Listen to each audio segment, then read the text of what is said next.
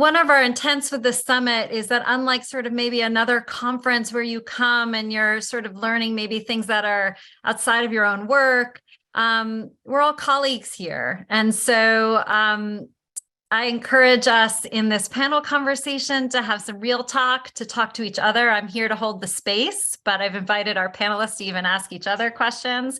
And then I hope when we break out into smaller groups in just a moment, you feel free to do the same, to really bring your own questions and inspirations to the table as peers in this work. You know, one of the things, I'm going to go off script a little bit here and actually skip to our second question, panelists, because I think one of the things that, as I hear you all talking, is this notion of translation, right? I said earlier when we started the summit, I said, you know, it's clear that approaches to creative aging, even the definitions of creative aging, are very diverse around the world. And that has to do with cultural differences, that has to do with differences in the way that the work is supported, the way the work happens, the way it's funded, right? But I think sometimes, right, we get in our own way. I think, Tomi, saw that note around just how much you love that joy is centered in the work that Sheila described, right?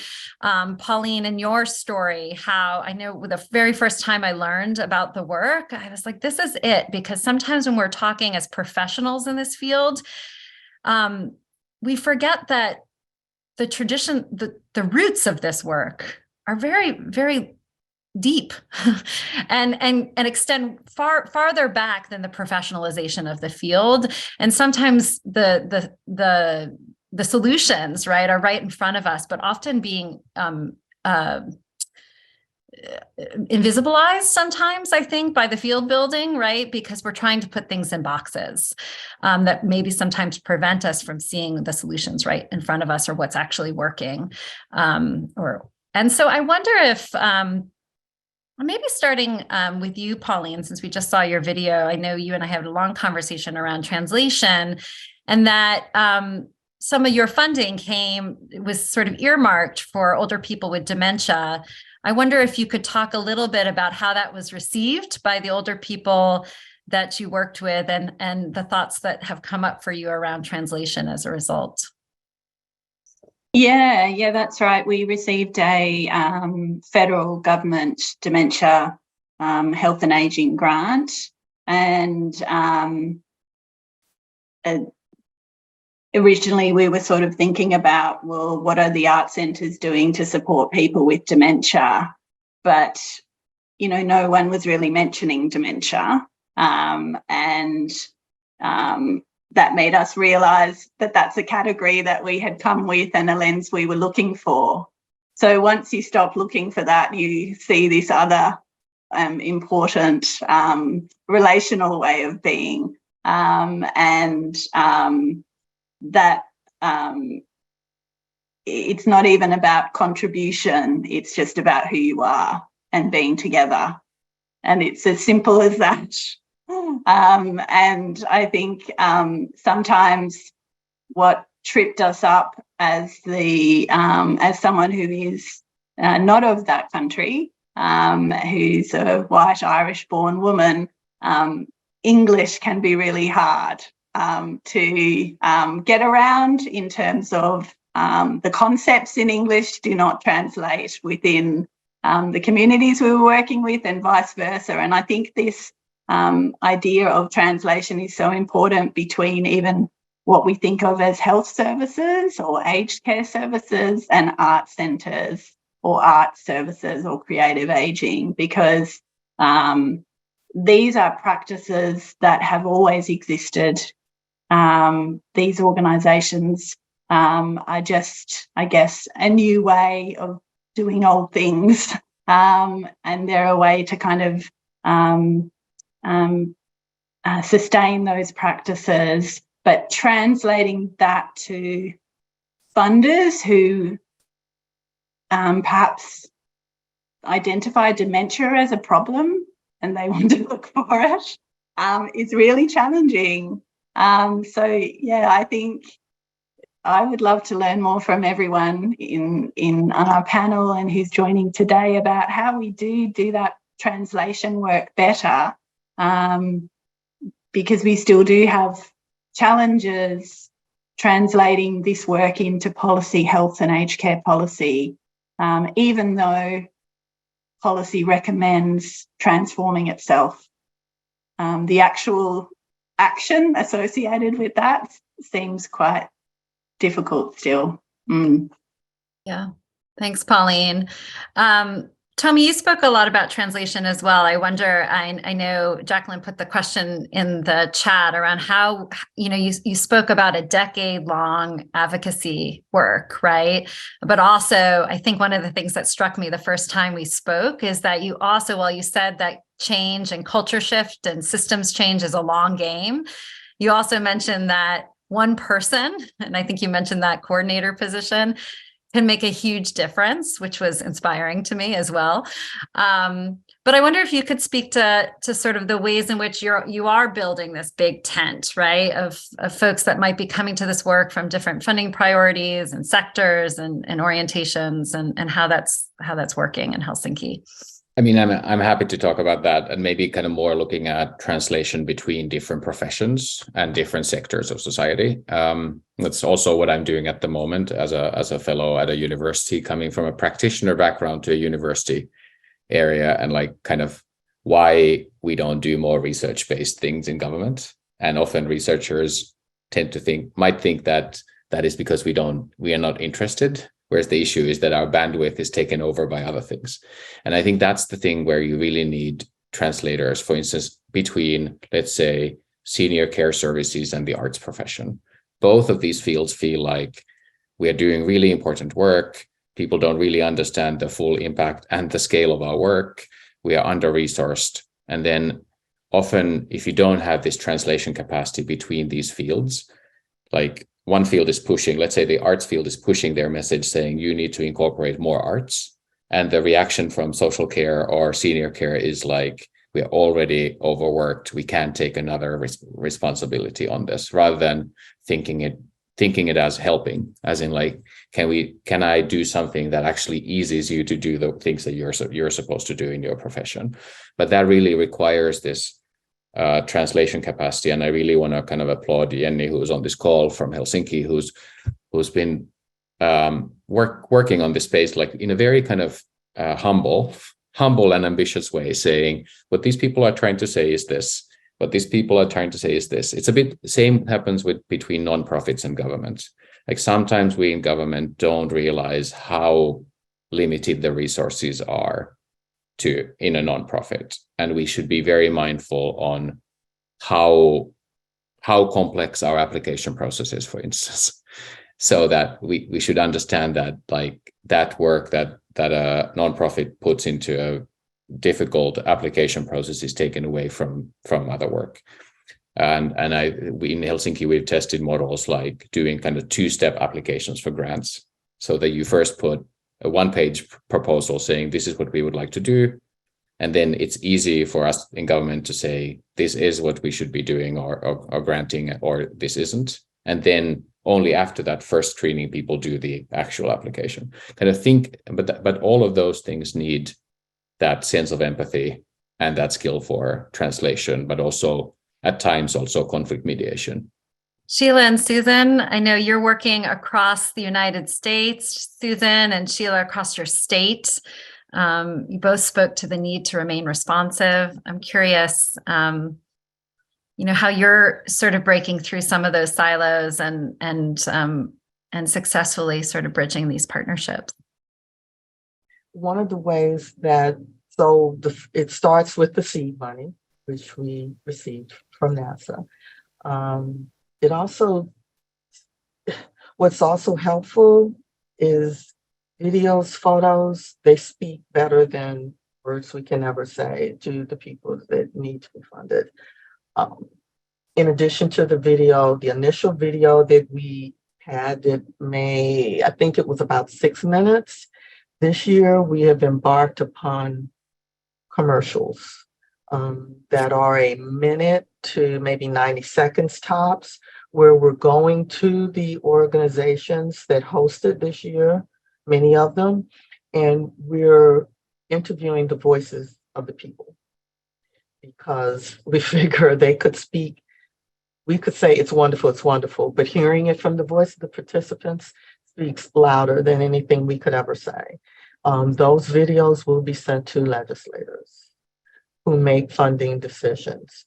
We are trying to approach it this way from a very top down, instead of trying to go out and get funders. We're trying to let the state and state legislators take that lead, and hopefully others will follow as far as funding is concerned. Our Secretary of State saw the initial 5 to 6 minute video, loved it, and made a small commitment for us to do year 2. Libraries, similarly, they are agreeing to kick in their portion. And so we're hoping that it's something that the state can handle on its own. Now, as it expands, those questions remain. We haven't even tapped the Department of Aging here.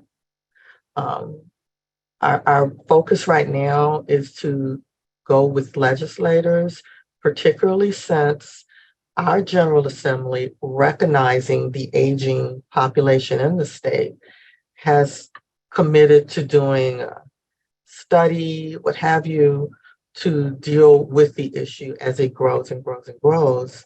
And so we're hoping to position this program to align with what they're doing and their funding agendas, and hopefully be a line item in the statewide, not just arts, but a statewide aging funding agenda. That is our goal. So we're chipping at that one bit at a time, and we're having the participants be that voice to make the case better than we could. Sheila, that's so important, the point that you're making. And I think goes back to, what can we learn? I think Ashton mentioned, what can we learn by other organizers of other movements, right? And that question of who are we centering in our movement building? Pauline, your work definitely speaks to that around, it's not an organization or someone in a position of power deciding what's right for older people, older communities. But in many ways, your story is about uplifting a story of self-determination, and how can we support, older people and amplifying what is already working on the ground. And Sheila, I think similarly, and Tomi, I know in terms of, you've talked many times around sort of shifting that relationship between government and community, and how do we foster that collaboration. So I just want to amplify that. And I know we're going to talk more about that tomorrow too. But Susan, I wanted to make sure to give you some space to answer the question too, as I know you're working across a very large country trying to make this work stick. Just to build on Sheila's comments, that what she's describing represents a lot of what's happening in other states. We're still in the position of trying to build creative aging within the arts ecosystem. And I would only add that folks who are on this, folks in the United States who are participating in today's conversation have power also to have their voices heard with their state and federal representatives. There are aging commissions at the state level, aging commissions at the federal level. We all have a voice that we can advocate on behalf of not only the arts, but also aging services. And empowering ourselves as individuals to use our voice in that way is also part of, I think, what in this conversation about translation is an important memory to have. Yeah, absolutely. So I want to ask my final question, because I think it circles back to what Ashton was centering at the top of the summit around the shift of our own mindsets, right? As we all gather here today, we probably all play many, many roles, right? Some of you are artists, some of you are teaching artists, some of you are working in government and higher education, you're working in technology and the arts and aging and healthcare sectors, right? But we come to this work as human beings, right? First and foremost, human beings that are part of cultures and systems, right? That influence us, and that consciousness raising piece, I think, is really key, right? As we aim all to transform the very systems that sometimes bind us, it's easy sometimes to fall into old patterns of thinking and behavior and acting, right? So there's that constant sort of, how am I disrupting my own thinking? So I'd love us to just close out before we go into our breakout groups. I'd love to just hear from all of our panelists as you continue to do this work of disruption and transformation, to sort of use creative aging to advance cultural rights. What are you learning, or maybe even unlearning, to continue the work successfully? I've learned to assume nothing. And I've learned to actually talk to people. We're in the year 2023, and we're consumed with social media and computers and cell phones. But what's important to remember is the age demographic that we're working with. Some are in the silent generation and others are baby boomers. And most of us realize what life was like before a cell phone, maybe even before a computer, but we'll start with cell phones. And so when I go out, I talk to people. These people, the participants, they want to talk, and then they want people to listen to what they have to say. And so that's been my biggest takeaway, is not so much of the electronic communication, but in actually having one-on-one dialogues with participants, because that is the era in which they grew up in. I'm happy to go next. I mentioned in the beginning that I come from like youth work, and in youth work we're used to kind of defending the right of self-determination for children and youth. But sometimes we forget that when we move to older populations. I noticed, at least when I started working on this theme, I'm happy to confess that like I was scared of offending people, because I was used to working with children and youth. I was scared of saying something that might come across as disrespectful. And only through like meeting real people, going to people's homes, thinking about these issues through people's lives and not through service production. I met some of these people. I had like probably 4 people who invited me to their home in an innovation program that we were doing in Helsinki. And I've like become an advocate of those people. So every time we talk about doing campaigning or new service, I'm like, how would these people feel if we talk to them like this? And understanding that also humor is allowed in this space. And one of the things that I learned from one of these conversations was that using the word still is problematic.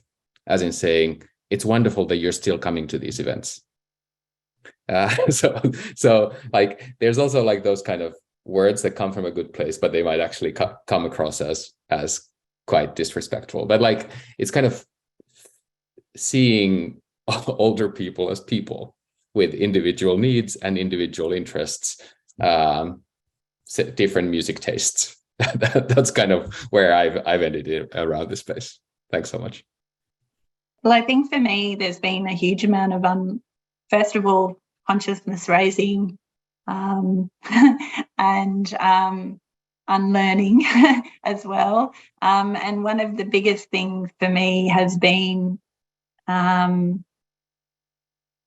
I found it quite confronting, about how our broader social political rhetoric around independence is so pervasive in the ageing sector, and working alongside and just being with and connecting with the people I've met on this study has completely transformed that, where no one is independent, everyone is interdependent, and the other transformation around that is broadening it beyond connection with human beings, but connection with where we are and our country, our land, our skies, our seas, our responsibilities and our purpose, and intergenerational legacy around that, and the role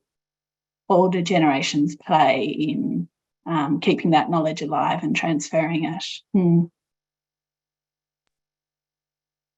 That is exactly what I was thinking too.